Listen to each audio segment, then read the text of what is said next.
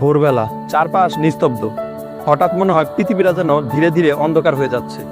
চারদিকে শুধু কুয়াশা, সাদা নরম রহস্যময় কুয়াশা আসে নিঃশব্দে।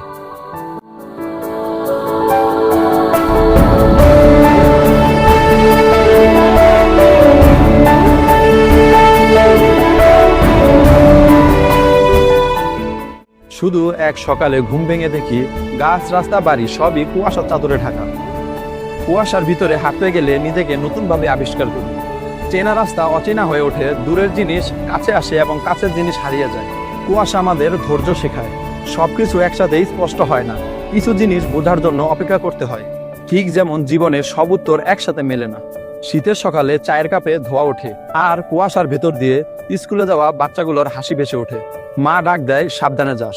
কুয়াশার মধ্যেও থাকে মায়া, থাকে উষ্ণতা। কিন্তু কুয়াশা চিরস্থায়ী নয়। সূর্য উঠলেই সে ধীরে ধীরে হারিয়ে যায়, আলোয় মিলিয়ে যায় তার সব রহস্য। কুয়াশা আমাদের মনে করিয়ে দেয়, অন্ধকার যতই ঘন হোক, আলো একদিন আসবে।